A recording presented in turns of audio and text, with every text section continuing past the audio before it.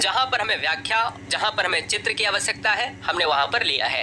आइए इस वीडियो का आगाज करते हैं। आपके सभी एग्जाम के लिए सब पर पड़ेगी भारी केवल एक वीडियो, ये सामान्य अध्ययन जीके जीएस। पहला क्वेश्चन आपके स्क्रीन पर है, चित्र में देखिएगा। ये आपको एक चित्र है, इंकलाब जिंदाबाद।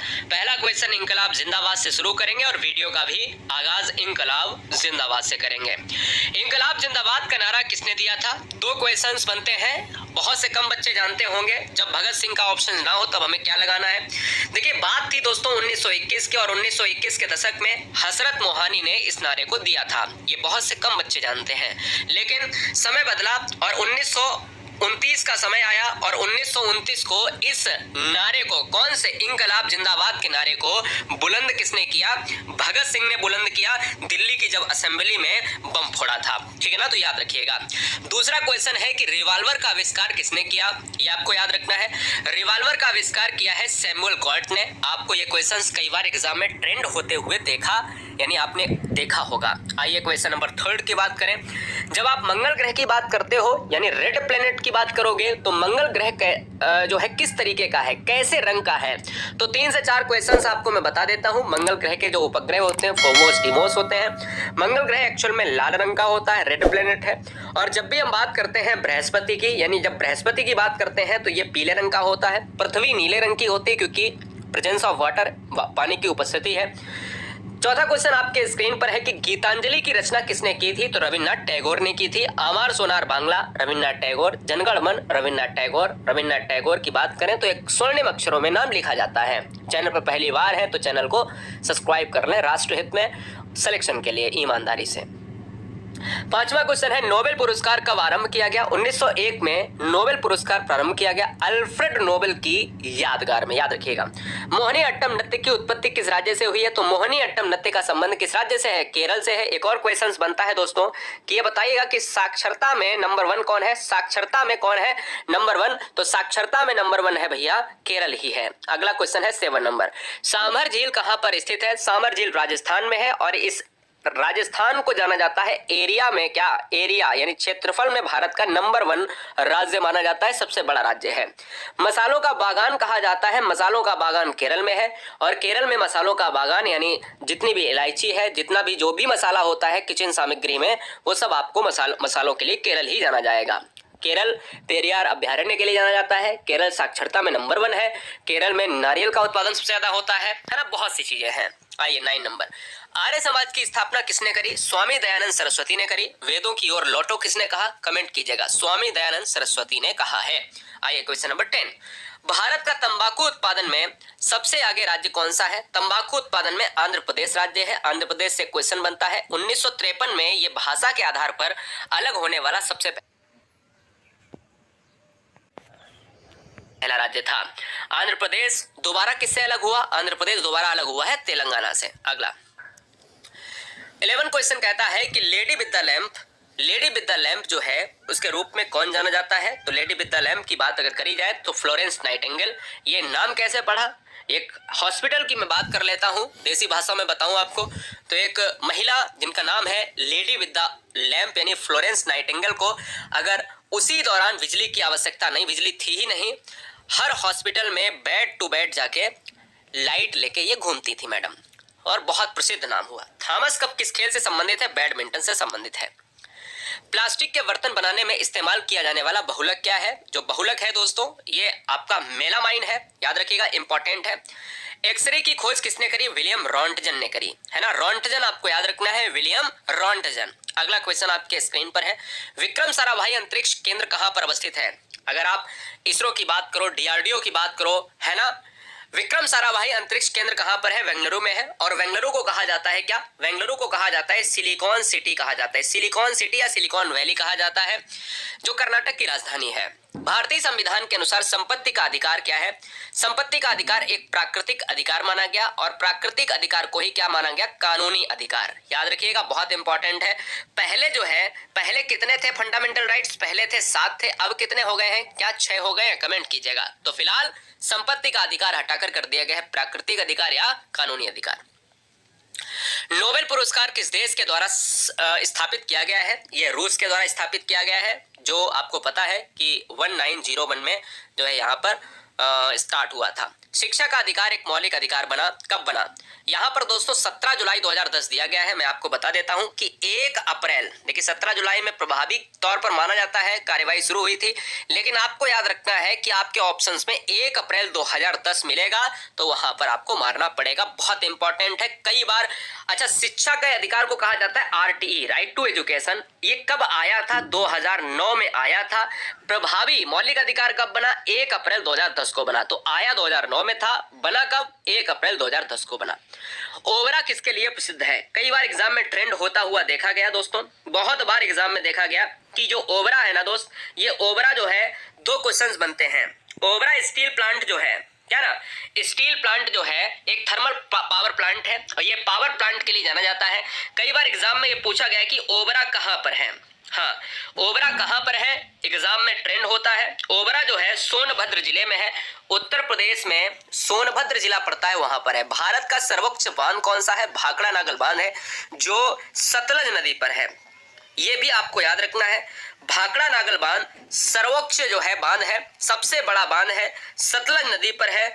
ऊंचाई में ये दूसरा बांध है सबसे बड़ा। क्वेश्चन नंबर 21, पेनिसिलिन की खोज किसने करी? पेनिसिलिन की खोज एडवर्ड जेनर ने करी। ये भी बात आपको याद रखना है। किस मिट्टी को रेगुर मिट्टी के नाम से जाना जाता है? सबसे इंपॉर्टेंट क्वेश्चन है, 2 से 3 क्वेश्चन बनेंगे। कैसे? देखिएगा, काली मिट्टी को कहा जाता है कई नामों से। काली मिट्टी को रेगुर मिट्टी के नाम से जाना जाता है, काली मिट्टी को चरनोजम मिट्टी के नाम से जाना जाता है, चरनोजम। और काली मिट्टी को दोस्तों कपासी मिट्टी के नाम से भी जाना जाता है, कपासी मिट्टी, क्योंकि कपास होती है। और काली मिट्टी को ज्वालामुखी मिट्टी के नाम से जाना जाता है, ज्वालामुखी मिट्टी, ठीक है ना, याद रखिएगा। जेट इंजन का आविष्कार किसने किया? सर फ्रैंक ने किया। विश्व का एकमात्र अस्थायी राष्ट्रीय उद्यान स्थित है, अस्थायी राष्ट्रीय उद्यान मणिपुर में स्थित है। और मणिपुर की मैं बात कर लूं आपसे, तो मणिपुर दोस्तों क्या है? मणिपुर में जो है एक कीबुल लामजाओ है। हाँ, कीबुल लामजाओ, इसी अस्थायी को इसको ही कहा जाता है, कीबुल लामजाओ। मैं थोड़ा सा तेज लिख रहा हूँ, समझ जाइएगा। कीबुल लामजाओ अस्थायी का मतलब समझते हो? ये एक फ्लोटिंग नेशनल पार्क है। क्या है? फ्लोटिंग नेशनल पार्क, तैरता हुआ नेशनल पार्क है, इसलिए इसको स्थायी नहीं बोला जाता है। ये तैरता है, पानी पर तैरता है। वह स्थान जहां भगवान बुद्ध को ज्ञान प्राप्त हुआ था, बोध गया। अंतर्राष्ट्रीय परमाणु ऊर्जा एजेंसी का मुख्यालय कहां पर स्थित है? यह है वियना, ऑस्ट्रिया की बात करेंगे दोस्तों। ब्रिटिश संसद का सदस्य बनने के लिए जो प्रथम व्यक्ति था भारतीय, वो कौन था? दादा भाई नौरोजी। कौन था? दादा भाई नौरोजी थे। ये बात आपको याद रखना है। कौन थे? दादा भाई नौरोजी कहे जाते हैं, एग्जाम में कई बार ट्रेंड हुआ है, दादा भाई नौरोजी। शिवाजी का राज्याभिषेक कब हुआ था? 1674 ईसा के बाद हुआ था। ये बात आपको याद रखना है। मनुष्य के ब्लड की अगर मैं बात कर लेता हूं, तो ब्लड में जो है धातु होती है, फेरस होती है, पीएच जो होता है पोटेंशियल ऑफ हाइड्रोक्साइड होता है, जिसको आप पोटेशियम हाइड्रोजन कहते हैं, और ये होता है 7.4 होता है। इसका रीजन क्या है? 7.4 होगा अगर, तो वो हो जाएगा क्षारीय हो जाएगा, क्षारीय हो जाएगा। अच्छा, 7 जो है वो उदासीन होता है, 7 से ऊपर हो जाएगा क्षारीय, 7 से नीचे हो जाएगा एसिटिक अम्ल हो जाएगा। ब्रिटिश संसद का सदस्य बनने वाला, ये अभी रिपीट हो गया, कोई बात नहीं, दादा भाई नौरोजी। मोटरसाइकिल का आविष्कार किसने किया था? एडवर्ड बटलर ने किया था। किस सिख गुरु ने स्वयं को सच्चा बादशाह बुलाया? तो गुरु हरगोविंद साहब ने बुलाया। भारत में एकल नागरिकता की, देखिए यूएसए से क्यों नहीं लिया गया? यूएसए से इसलिए नहीं लिया गया क्योंकि यूएसए में दोहरी नागरिकता चलती है। भारत में एकल नागरिकता है, इंग्लैंड के संविधान से प्रेरित है ये नागरिकता, भारतीय नागरिकता। तो भारत में केवल एकल नागरिकता का प्रावधान है, जो लिया गया है इंग्लैंड की जो है संविधान से। भारत की पहली बोलती फिल्म आलम आरा, ये आपको याद रखना है। अंतर्राष्ट्रीय न्यायालय की बात करें तो द हेग में इसका है मुख्यालय, नीदरलैंड में जो पड़ता है। तो अंतर्राष्ट्रीय न्यायालय का मुख्यालय कहाँ, हेडक्वार्टर कहाँ पर? द हेग में। सुब्रतो कप किस खेल से संबंधित है? तो ये फुटबॉल से संबंधित है। खासी और गारो जो जयंतिया पहाड़ियां भी आपने देखी होंगी, गारो खासी जयंतिया पहाड़ी हैं। गारो खासी जयंतिया के नाम से आदिवासी जो है वहां पर जनजाति भी है। तो ये मुख्य रूप से कहां पर है? तो ये मेघालय में है। लोधी वंश को स्थापित किया गया था, सिकंदर लोधी ने किया था, ये आपको याद रखना है। दाद किसके द्वारा जनित रोग है? दाद जो होता है, दाद खाज खुजली, ये किससे होता है? ये फफूंद से होता है। ये बात आपको याद रखना, फफूंद आपने देखा होगा, आप खुजली करते हो, है ना, याद रखिएगा। भारतीय रिजर्व बैंक का राष्ट्रीयकरण, अब देखो ये क्वेश्चन एग्जाम में कई बार आपसे पूछा गया है कि रिजर्व बैंक की स्थापना, देखो रिजर्व बैंक की जो स्थापना है, ये क्वेश्चन अलग है, स्थापना जो है एक क्वेश्चन अलग है। तो जब स्थापना की बात करेंगे तो ये है 1 अप्रैल 1935। 1 अप्रैल 1935 को स्थापना हुई थी और ये जगह कौन सी थी? ये जगह दोस्तों थी कोलकाता, ठीक है ना। स्थापना 1 अप्रैल 1935 को कोलकाता में हुई थी, ये बात आपको याद रखना है। 1949 के दशक में इसका राष्ट्रीयकरण पुनः हुआ है। खाद्य और कृषि संगठन बताइए। हाँ, खाद्य और कृषि संगठन का मुख्यालय तो ये दोस्तों है आपका रोम में है, ये बात आपको याद रखना है। जो इटली में पड़ता है, इसकी स्थापना के लिए आपको हमेशा याद रखना है 1946 में हुई थी और इसको कहा जाता है शॉर्ट में FAO कहा जाता है, FAO। जापान की संसद, जैसे भारत में संसद को संसद कहा जाता है, इसी तरीके से जापान में संसद को कहा जाता है डाइट कहा जाता है, कहीं कहीं सोरा कहा जाता है, कहीं डाइट कहा जाता है, बहुत जगह अलग अलग नाम से पुकारा जाता है। ईडन गार्डन कोलकाता का संबंध है। ईडन गार्डन कोलकाता क्रिकेट से संबंधित है। ये ईडन गार्डन कोलकाता में ही अवस्थित है, एक क्रिकेट स्टेडियम है। संपूर्ण क्रांति की अवधारणा किसने दी? कार्ल मार्क्स ने दी है। भारत में पिन कोड की व्यवस्था कब से शुरू की गई? भारत में पिन कोड की अगर मैं बात करता हूं, pin code postal index number होता है और ये पिन कोड जो होता है अगर हम देख लेते हैं तो यहाँ पर 6 अंकों की एक व्यवस्था है। 6 अंकों की व्यवस्था जो है 1972 में शुरू की गई। कुषाणु सम्राट कनिष्क के दरबारी वैद्य कौन थे? ये चरक थे, ये बात आपको याद रखना है, ठीक है ना। चलिए, टेलीविजन का आविष्कार किसने किया? जॉन लोगीवियर्ड। नीदरलैंड की मुद्रा गिल्डर है दोस्तों, आपको याद रखना है।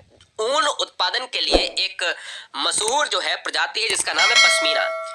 एनसीईआरटी बुक से जितने भी बच्चे पढ़े होंगे पश्मीना, पश्मीना किसकी प्रजाति है? पश्मीना एक बकरी की प्रजाति है जो बकरी के बच्चों से निकाली जाती है और उस ऊन को कहा जाता है पश्मीना ऊन कहा जाता है। और ये दोस्तों बहुत गर्म शॉल का निर्माण करती है। कामाख्या देवी मंदिर भारत के कई राज्यों में है, लेकिन असम का कामाख्या देवी मंदिर ही एग्जाम में ट्रेंड होता है। हर्ष का राजकवि किसे माना जाता है? बाणभट्ट को माना जाता है। किस स्तनधारी के दूध में सबसे कम पानी की मात्रा होती है? मादा हाथी।